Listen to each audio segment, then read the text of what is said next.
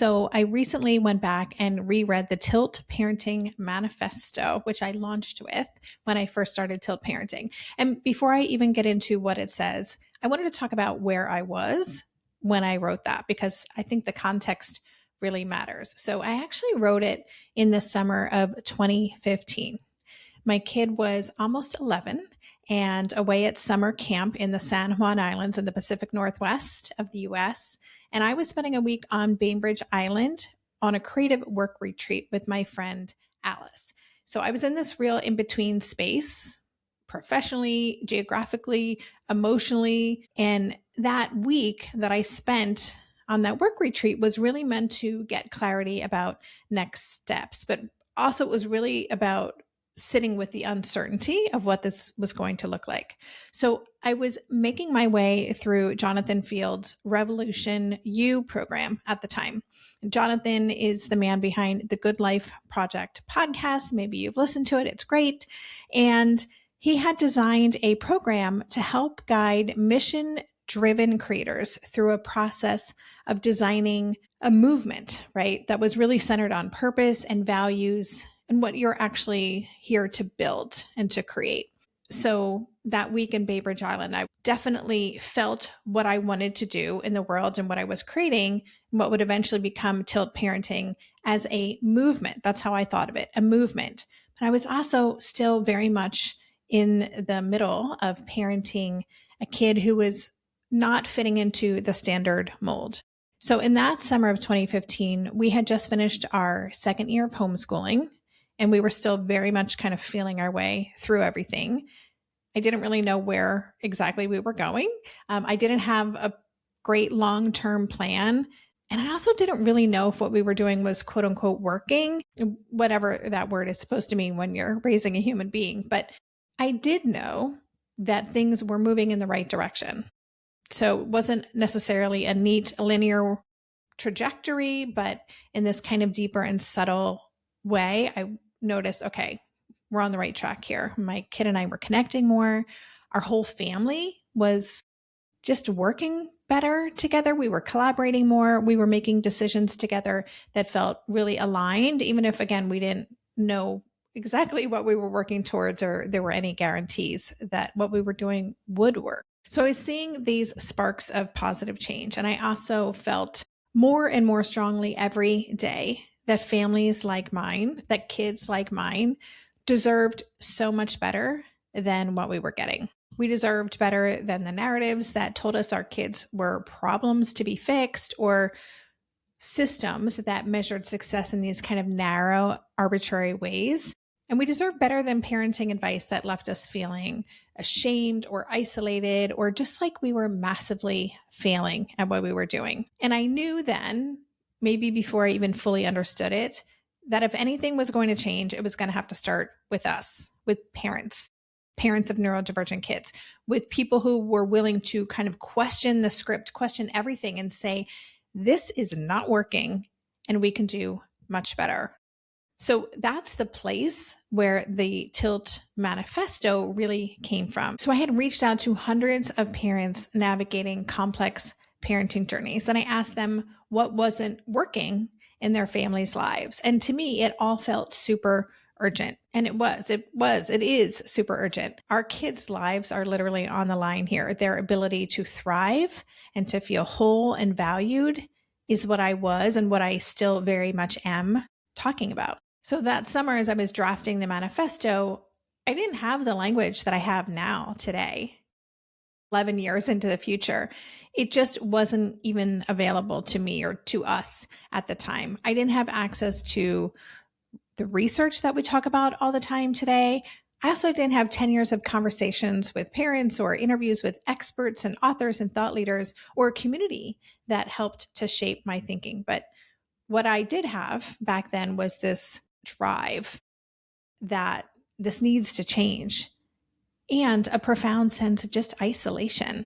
I was searching everywhere for conversations that reflected what I was actually living as a parent, and I couldn't find them. And the beliefs that felt most true to me, the ones that I was starting to really kind of pulled together in our own family, they just weren't really out there. Or if they were really buried kind of in the margins. It was hard to find the people who were having these same conversations. So I wrote about those ideas in the Tilt Parenting Manifesto. Ideas like our kids are not broken. Behavior is communication. Relationships with our kids matter so much more than compliance. And those were not mainstream conversations back in 2015. And I remember thinking very clearly, why, or maybe how, is nobody talking about this stuff out loud? So that's what I did. And that's really why Tilt Parenting started. Not because I had all the answers, but because I just saw there was this giant void, right? There was this gap between what parents like me were living and what the culture was offering us. And the Tilt Manifesto was my attempt to build a bridge across that gap and to just say, hey, here's another way to look at what's happening. Here's another way to understand this. Here's a place to stand while we figure out what comes next. In the manifesto, I describe the current parenting paradigm as one that embraces sameness, fitting in, and conformity, and encourages implementing quick fixes for any way of being that appears to be outside the norm. And for those of you who aren't watching this, I am using air quotes when I say that. I really saw that current paradigm as thriving on fear-based parenting. I wrote that it was outdated and broken, and that it does not even come close to serving the millions of parents like me who are raising children who are wired differently. And I'm just going to briefly read my rallying cry that I included in the manifesto. This was kind of me putting my stake in the ground for what I hoped for my child, for my family, and really for all of us. I wrote, imagine what would happen for us, for our families, and for the world if instead of our children's differences being treated as flaws in need of fixing, they were appreciated, embraced, even celebrated. I believe everything would change. And I believe it's possible. If we're willing to own and give a voice to our experience, compassionately educate others, and stand up for what we and our family need from a place of strength, confidence, and peace, the whole damn outdated, ineffective, intolerant parenting paradigm, the one society and the traditional educational system has supported for decades, is going to come tumbling down. So as I read that now, I can really see that I was kind of drawing a line around what I would no longer participate in. Shame-based parenting, narrow definitions of success, systems that valued compliance over connection. I can also hear kind of the charge and, I'm going to say a touch of outrage, maybe some anger in what I wrote. In a way, they were kind of my fighting words. And so I'm now in this 10-year reflection. It's been 10 years since I launched Tilt this spring. And I was thinking, should I update the manifesto? I was kind of curious to know if it still worked. But I have decided not to change it because the core ideas in that manifesto still hold true. The insistence that our kids aren't broken, the belief that behavior is communication, that refusal to reduce complex humans into outcomes and checklists and benchmarks. Those were not abstract ideas back in the day. They were things that I needed to believe in order to keep going. And they were things other parents needed to hear so they could keep going and trust themselves again too. And I believe that they still are today. So the manifesto wasn't necessarily about offering parents a clear roadmap, but it was really a place and a way to say out loud, I'm not imagining this. I am not alone. And there is another better way. What I noticed today when I'm looking back at the manifesto was how it was very much rooted in the idea of dignity. Even before I knew how to talk about nervous systems or co-regulation or rupture and repair, there was this deep, deep knowing that relationships with our kids mattered more than anything else, and that our kids deserve to be seen and respected for who they inherently are.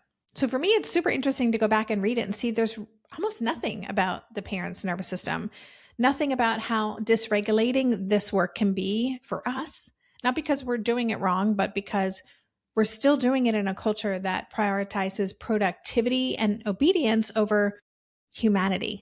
And there's this assumption that once we get clear on things, that will lead to the action that will change everything.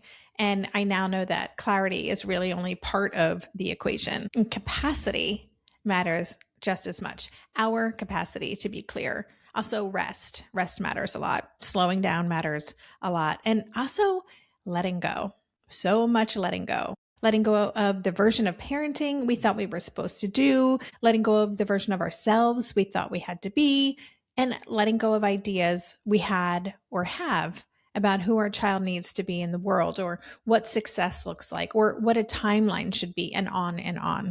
Again, looking back, I don't think that the manifesto was trying to map the future, but I do think it was trying to kind of create a path or a framework where none existed. And one that was a lot more hopeful, more purposeful, that prioritized more belonging and connection, and just a lot more room for our kids and for our families to actually thrive. So it was really a way of me saying, I couldn't find this conversation either. So let's build it together. And for so many parents, that became an entry point into a way of thinking that really had been missing from their lives. And I'm so grateful for that. I'm so excited by that. So yeah, that's why I'm not going to rewrite it.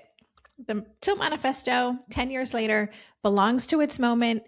It tells the truth of where this work really began and why it needed to begin in the first place. So if you've been a part of this community for a long time, first of all, thank you for growing alongside me and helping me shape what this work has become. And if you're newer here, I'm really glad that you found your way in. And as I wrap up this special Solocast episode, I'll just say, I don't know exactly how this movement will keep evolving over the next 10 years. I'll have to wait and see. But I'm super curious and I'm super hopeful. And again, I'm so grateful to be figuring it out together with you, one conversation at a time. So thank you so much.